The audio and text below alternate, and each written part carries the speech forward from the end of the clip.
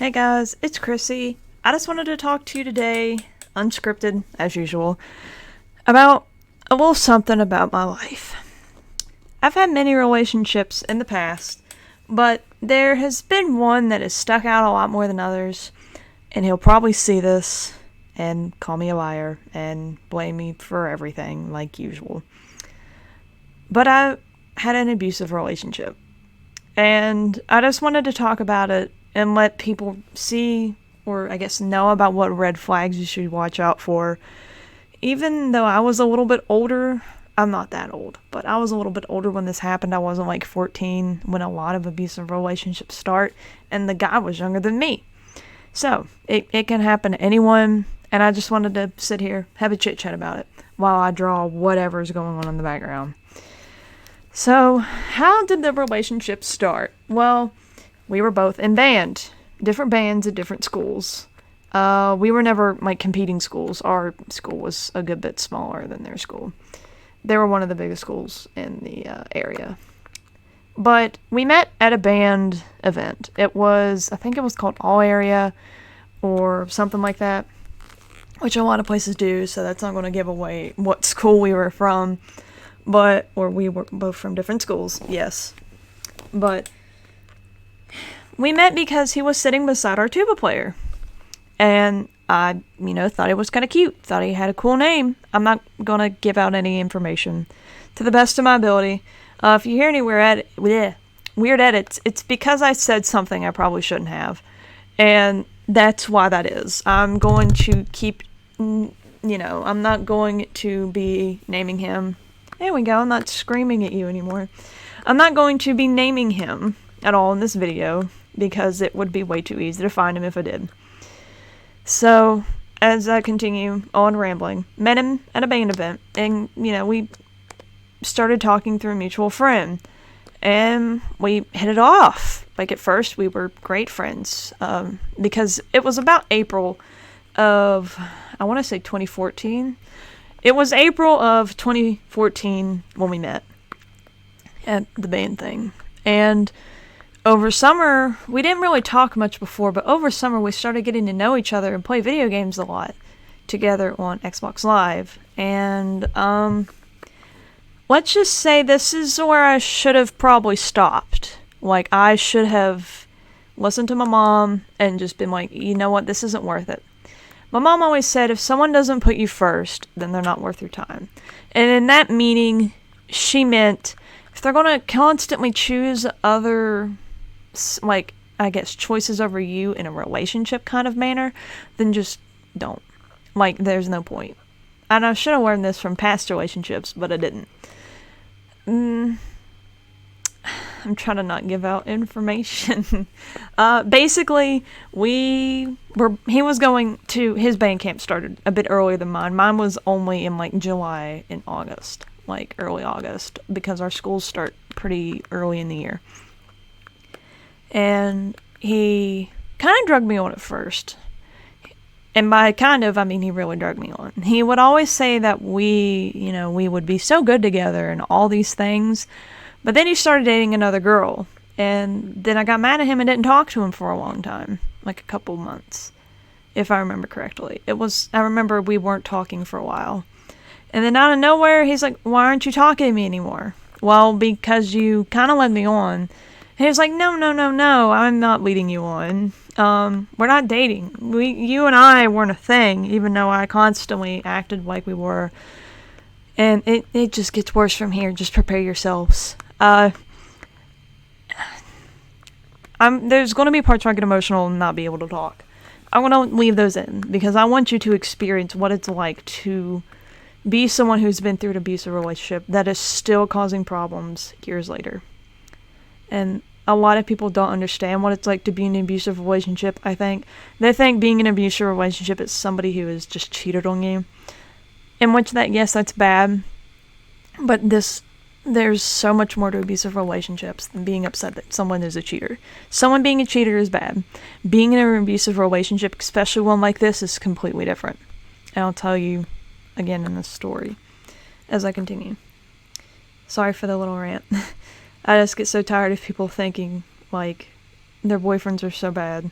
when all they do is, like, mediocre stuff. And then this kind of thing happens to a lot of women and men. And a lot of people who are too young to understand it. I was old enough to understand it. It still happened to me. We're older enough. But anyway, so I think, okay, I really like him. He's really attractive. And we start talking again once him and that girl are broken up. Well, needless to say, he was pretty much cheating on me from what I know the whole time. I had friends who went to school with him at this other school, which is over an hour away from mine. And they always told me he was talking to all these other girls, always messaging them on Facebook, asking for nudes, always doing stuff like this. And I'm like, okay, this is kind of weird. But I thought, hey, I can do the same. Needless to say, I couldn't do the same. Could not do the same, because he found out that I was just doing the same stuff he was doing, essentially, just, talking to people. Which I wasn't, a big hoe, but I had people who were interested in me, and I should have taken them way before this guy, because they actually had interest in just me and not 8 other people. But he got upset with me and basically said, well, aren't we dating? Aren't we supposed to be exclusive, even though you're not allowed to put it on your Facebook and allowed, to say we're together? Essentially, that's what went down. I don't have, DMs, because I've deleted everything that reminded me of him. I've thrown away everything he's ever gave me, burned every picture of us together. I had a big old bonfire, let me tell you that. I burned the dresses I went to prom with him in. And I've nuked this person from my life, the best to my ability. And I was like, oh, red flags? Nah, dude, I got these rose-colored glasses on. So I stayed and continued to let him constantly talk to other girls. And I will say this, there may have been some cheating of the West Virginia fashion. I'll just say it that way, coming from him. From how it was worded, I should say. And he can comment on this video and claim whatever he wants. He's probably watching this, because I'm pretty sure he was watching another one, and I'll explain that in a minute too. So, we get to the point. Let's just skip ahead to a little bit later in my senior year, because I met him my junior year in 2014. My senior year, which was late 2014, 2015, into 2015, he quit talking to me for a while. I kept saying I loved him, and he would just say, I know, I'm getting fucking Luke Skywalkered here. I know. So at this point, I invited this guy I used to really like and date at some point to my prom at my school. He was a year ahead of me, and we dated, but we broke up for reasons which weren't bad. It was just because he went to another school, which was an hour away, a completely different school. And it was hard, and it wasn't working out at the time, which was perfectly fine. But we started talking again. I wasn't talking to this other guy who this whole story is about. But then the other guy comes back out of nowhere to talk to me again. And he is upset that I'm going to prom with someone else. And my friends and current boyfriend, who I've been with for over a year, at the time, I was friends with him all throughout high school pretty much, were like, dude, don't do this. Don't let him do this to you. But I did. I didn't listen. And I know it's hard when people tell you to not do something, to actually not do it. But if a lot of your friends are well-meaning, like mine were, and your parents are well-meaning, and don't just dislike them for petty, stupid reasons, you need to listen. Because I didn't listen, and I got myself. I didn't deserve it, but I got myself into this huge mess of a person. I don't want to spill details about him, but there were allegations about a lot of things that came from his high school. Again, from people we were mutual with. A lot of allegations that he even admitted that were allegations. Then I don't know if they were true. I'd believe the victim in most cases, obviously, like most people do. And there was a lot of violence and threats towards me when I was going to prom with that other guy. So I returned the prom tickets, which is almost impossible to do. If you've ever tried to return prom tickets that you spent $180 on, that's impossible to do. Gave the other guy his money back. The other guy hates me now. I understand 100%. You can't explain everything to everyone, and some people will just never understand, and that's perfectly fine. I don't blame him for hating me. I'm not mad at him. I don't hold a grudge against him. He's doing his thing now. I'm doing my thing now, and that was a thing of the past. And it was a healthy thing of the past in the sense of it didn't get toxic like this. So, okay. I go on tangents, but it's just impossible to stay on track talking about this kind of thing for me. So I go to his prom, basically. He spends money to take me to his prom, and he wants me to spend the night. My parents really did not want me to spend the night, but I begged him to spend the night because I finally wanted to be near this guy that I idolized and put above so many people, lost so many friendships over, and while I still have many of those friends now, I was not friends with those people at that time because they told me this guy was bad and I just wasn't listening. And I'm so glad that they're still around now because it was hard to get out of this one. Getting out of an abusive relationship by yourself is impossible, it feels like. But anyway, so I went to his prom. Cried a lot that night. I hated it.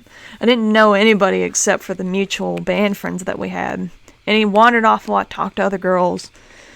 And basically I felt alone and I wanted to go home. I wanted my parents to come get me and they offered to come get me, but I'm like, no, I'm almost 19 at this point because my birthday is in May, so it falls at a weird time of the year. So I was like, I can do this. And at the end of the night we go home and I get coerced essentially into doing things I didn't want to do. Like, I wanted to be with him and we had, I'll just say desires, but he had way different desires than I had. And it ended with me feeling disgusted of myself. I felt completely disgusted. And he'll say, like I said, comment on this video, say whatever you want to say. I know you're watching. But I hated it. I hated myself. I felt sick and I was so glad to go home. And I spent more nights there. He would come get me because I lived in another county. I didn't have a car till I was 20. Or was I was 21 actually till I got my first car, I think. Just because it's hard to get a car in this kind of area that I live in. You can get a car, but I don't want no beat up car that don't work for more than 3 months, which is a lot of cars around here. And it's hard to save up money when you work at the time at a crappy retail job that barely gives you hours no matter what you do. Anyway, I graduated. He was at graduation and pretty much chased all my friends away from me.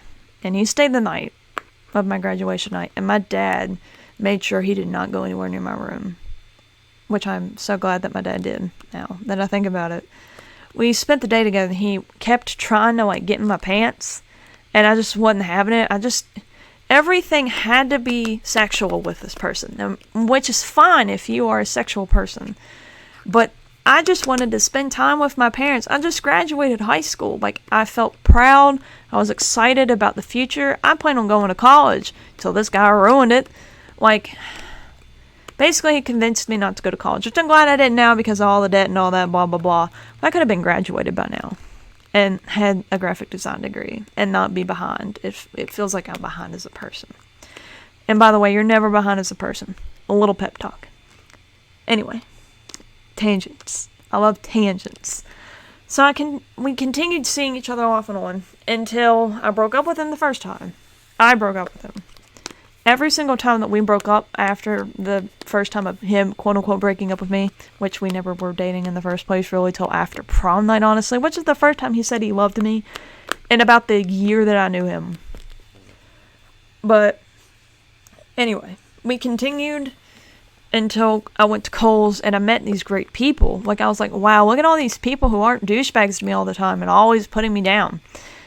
I like these people. And they, like my friends, told me to break up with them because they called him a douchebag and a jerk and a jackwad and insert southern slang of some sort.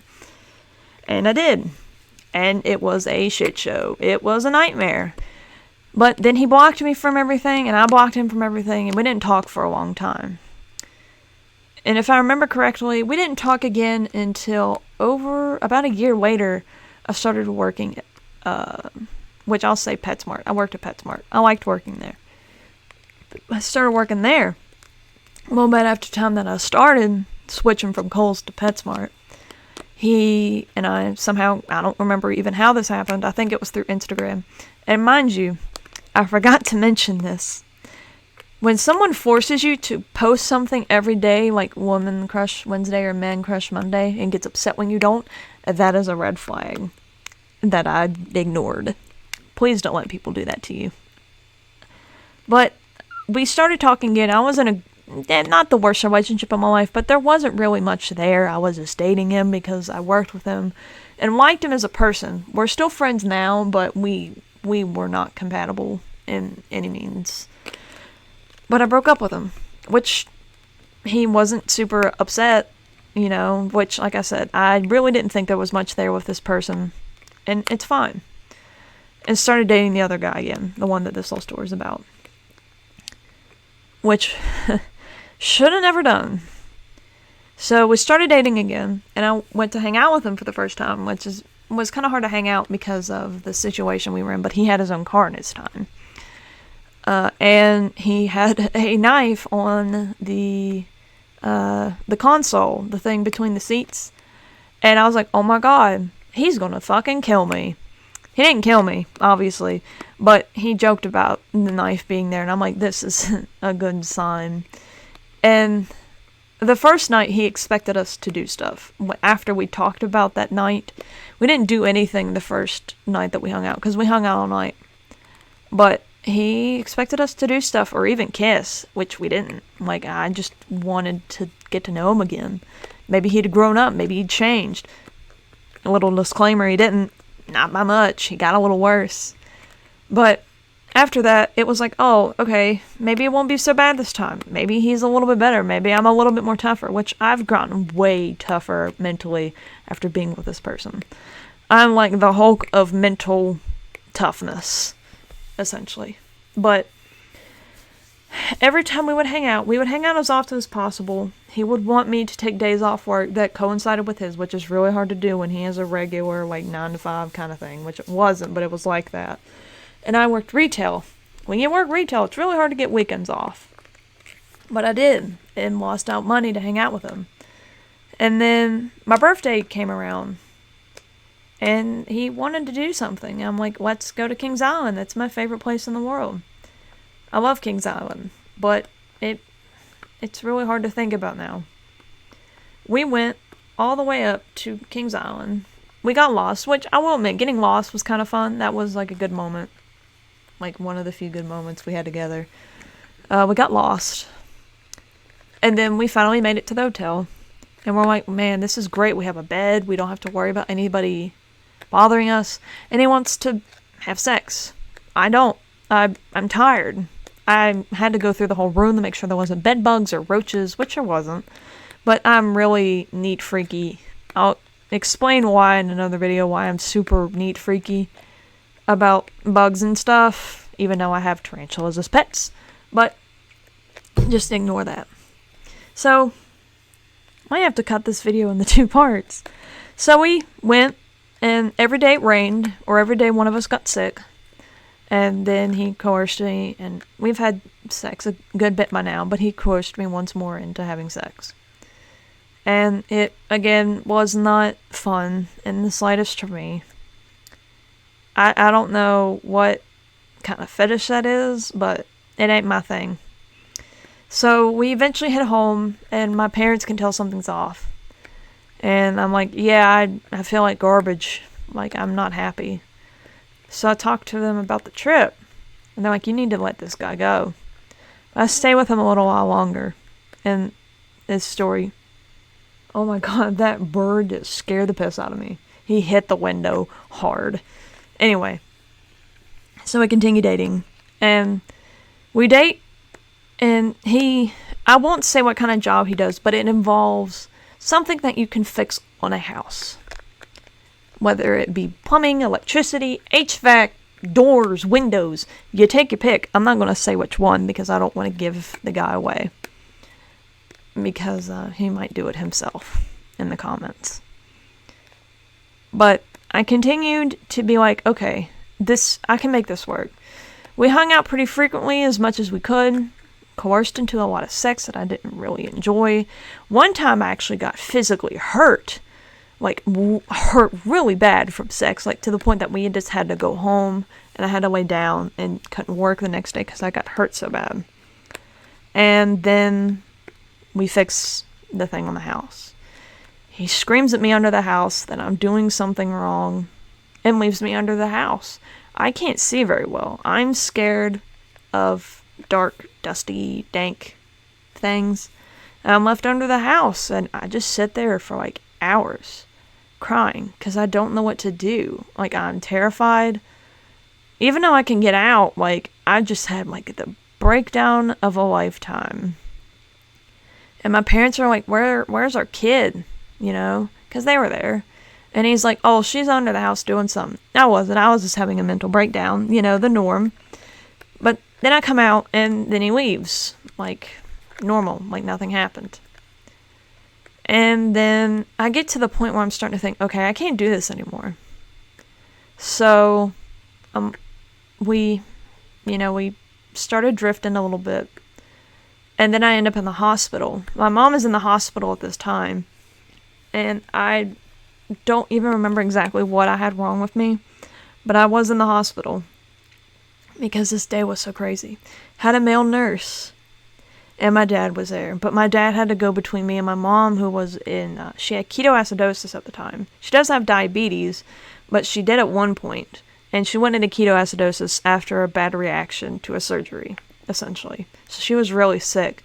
And I was like, I can handle being by myself. And, oh, I'm tearing up my phone.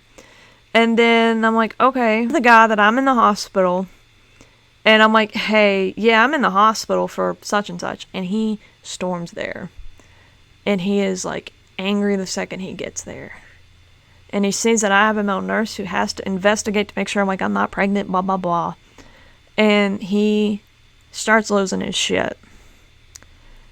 And then I'm like, hey, can you charge my phone? Like, I need to relax. And I think I have a drawing from this day on my phone still. I'll post it if I can remember which drawing it was. Because I'm pretty sure it was of... it's on one of those art programs. I think it's of Benaya. But he goes to my phone and sees texts from my ex. The one I started dating... Well, I was dating before we started dating again. And he flips his shit, saying, you've been lying to me this whole time, you've been cheating on me. Even though he himself was a cheater, and I was not cheating. He always accused me of cheating. Constantly accusing me of cheating. Like, I'm not even kidding. I wasn't allowed to have male friends. I wasn't allowed to have girlfriends who talked badly of him or had an opinion, even though it wasn't necessarily the worst. Wasn't allowed to have a lot of things dating this person. And that was what broke the camel's back. That was the straw. The bendy straw. And I'm like, I say, fuck it. I'm leaving. I left the hospital with my dad. And I went home. And I told him we're over. We're completely over. I'm done with your shit. He flips his shit again. Storms down to my house. And let me just make this a point. He gave me money for something. Again, I don't remember what it was. I think it was to pay off part of the vacation. And I didn't want it. Like, this was before we decided to break up.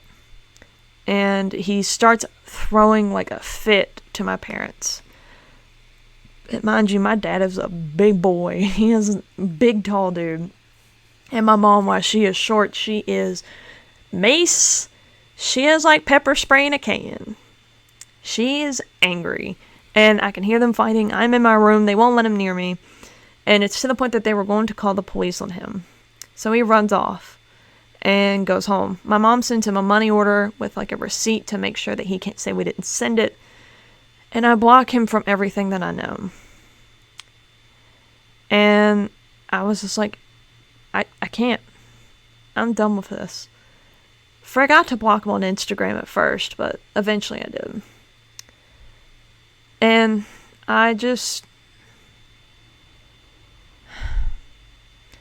This is the hardest thing in my life that I've ever experienced. I've had kidney stones. My mom has had cancer.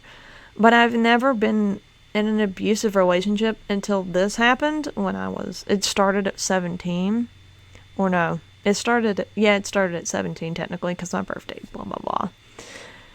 And this relationship was just volatile from the start. It was acid, like corroding your teeth. I guess, and I'm sorry I'm leaving all these in, because it just, I can't believe it just happened. Like, you never think it's going to happen to you until it does, and all of a sudden I'm in an abusive relationship that I can't get out of. He threatens to kill me. He threatens to kill himself. He hates his life. He hates everything. He hates me. He hates my friends. He hates anybody I'm around.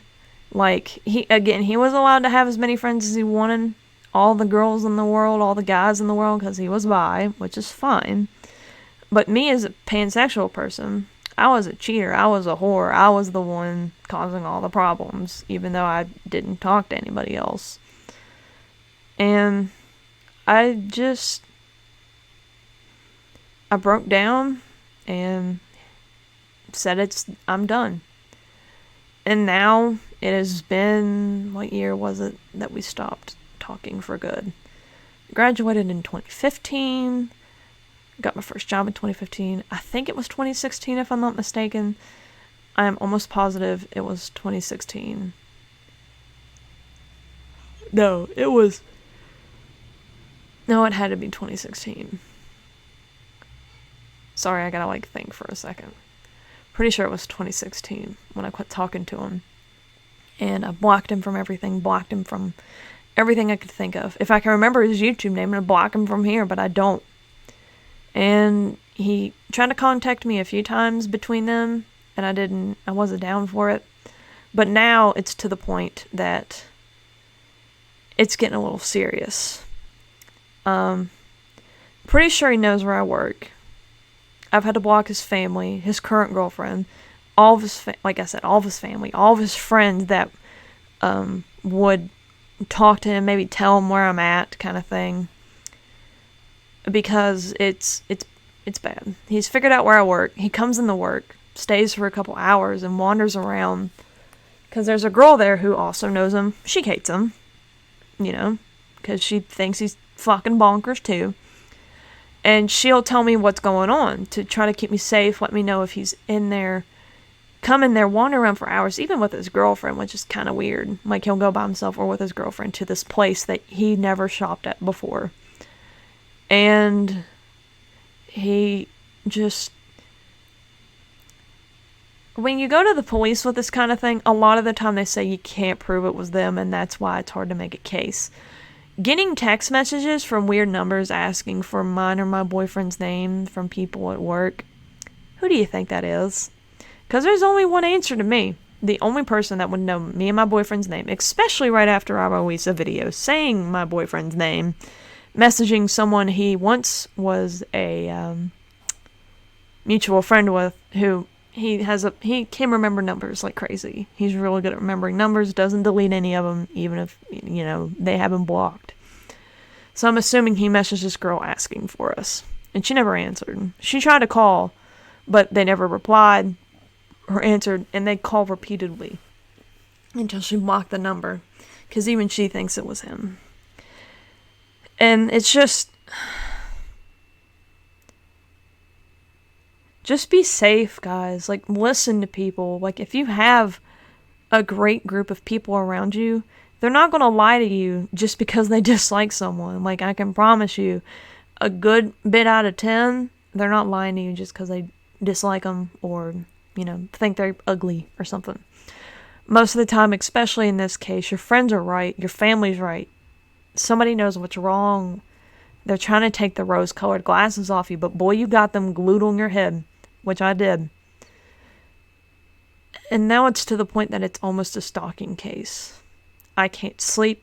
I've had nightmares before this situation, and now I've not been able to sleep again. And I hope, dude, if you see this, I hope you become a better person. I hope you've moved on. Like, I seen that you liked my Facebook page's post, and I had to block you from there too. You just won't let go. You need to let go and stop. It's never going to happen. Take the L. We're done. We've been done. And I want you to move on. I want to move on. I want you to stop bothering me so I can successfully have a clean mind and a clean slate and not be worried to death all the time. I used to not be anxious all the time. I used to not get scared at every little noise, but now I am. And it's not just him, but he is a big part of it. And again, if you're watching, dude, I want you to move on. You've got a new girlfriend. You can start fresh with this person, but you choose not to. Or at least, there's someone acting like you if you tried. You know what I mean? There's someone pretending to be you bothering me. Just be you. Or should I say, don't be you. Change you. Be a better person. I know you can. Like, I get that you grew up rough. And this video is like 30 minutes now. I get you grew up rough and you had a bad life. That doesn't mean you have to bring other people's lives down with you. You can always change that. And I believe you have the capabilities to change it. But you just don't want to. You want to be the person that everybody hates and talks bad about and says, oh, they did such and such, all these illegal things. And I don't know, it's not just, I don't think it's an attention-seeking thing. I don't know if you even know what you're doing. But boy, this ain't the way to do it. Again, I know that was a bit of a rant, but I'm just so tired. I just want peace. I never want to think about this person again. But he has this thing where he must always insert himself into someone's brain, I guess.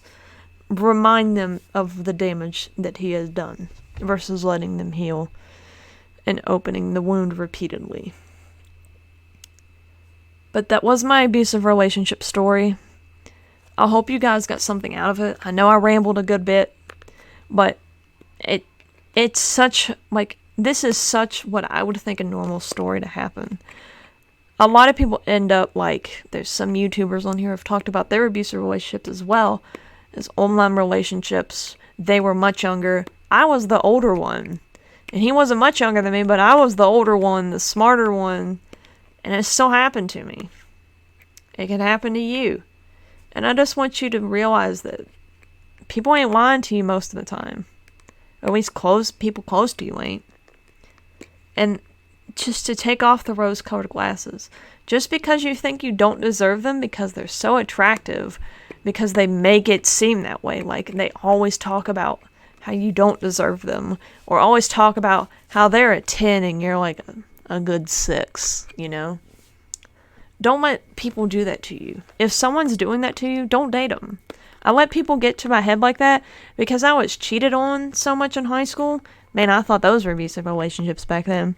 But I was cheated on so much in high school and people would date me just to get closer to my quote-unquote pretty friends.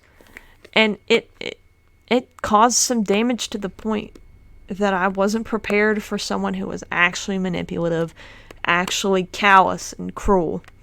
And I just want you all to be prepared for that.